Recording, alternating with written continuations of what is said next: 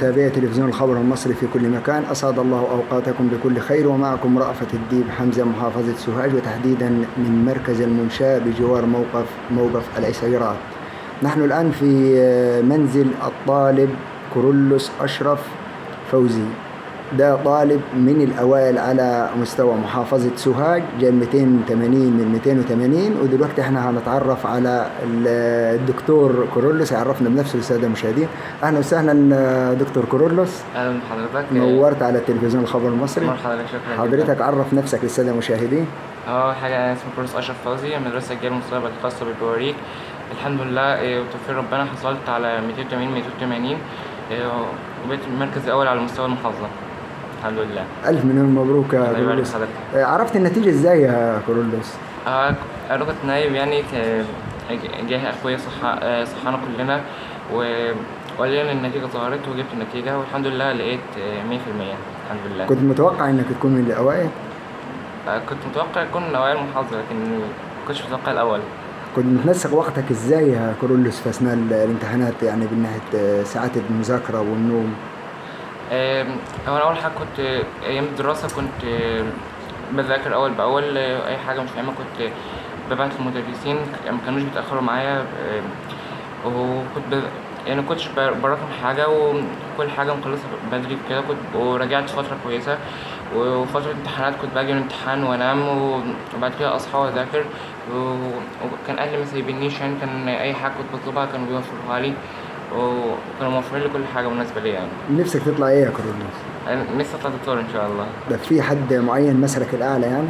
طبعا العالم المصري الجليل احمد زويل، والدكتور مصر العظيم مجدي يعقوب. ربنا يوفقك ان شاء الله. طب نتعرف على والد كورولوس، عرفنا بنفسك يا ابو كورولوس. اشرف فوزي يوسف، والد طالب كورولوس. كان ايه احساسك لما عرفت ان كورولوس من الاوائل؟ والله احساسي كنت اسعد اب في الدنيا ومبسوط، بس احنا كنا متوقعين كده يعني ليه، يعني ان شاء الله على المذاكره والمجهود اللي كان يعمله.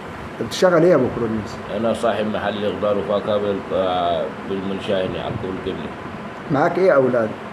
معايا 3 اولاد، كورولوس وكرمين. كورولوس طبعا، وكرمينة راح ثالثه ثانوي، ويسوس رايح تانية اعدادي. ربنا يوفقك. ألف مليون مبروك لكورولوس. ونتعرف بوالدة كورولوس. أهلا وسهلا بحضرتك، عرفينا بنفسك. أنا والدة الطالب كورولوس أشرف فوزي من مركز منشاة. حضرتك متعلمة؟ واخدة كلية تجارة. طب كان إيه إحساسك لما عرفت كورولوس طلع من الأوائل؟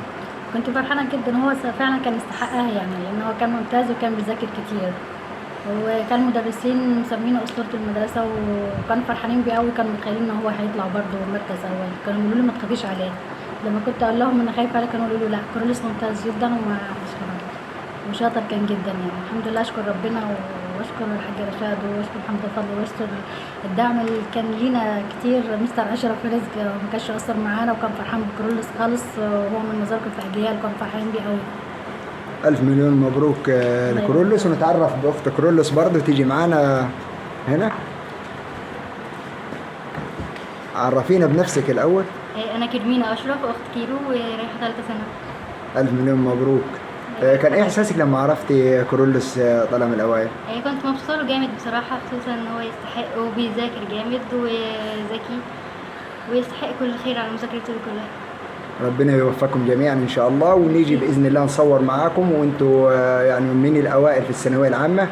ونفسك تطلعي ايه الاول؟ صح، دكتورة اطفال. دكتورة اطفال. ربنا يوفقك ان شاء الله. طب استاذ كورولوس، تحب توجه رساله لزملاتك، يعني للطلبه اللي جايين عشان يبقوا متفوقين زيك بالظبط؟ طبعا اول حاجه ان هم يقربوا من ربنا ويصلوا كتير عشان ربنا يقف معاهم ويسهل خطواتهم ويوفقهم في السنه دي يعني. وطبعا هي السنة سهلة نوعا ما، يعني يجوا الدروس ويذاكروا أول بأول وما يركموش حاجة ويحلوا كتير يعني عشان المعلومة تثبت معاهم. وطبعا يبتعدوا عن الغش، لأن لو حد غش هيغضب ربنا وربنا مش هيرضى عليه يعني. كلام جميل. ألف مليون مبروك يا كورولوس، والتوفيق إن شاء الله. الله يبارك حضرتك. شكرا.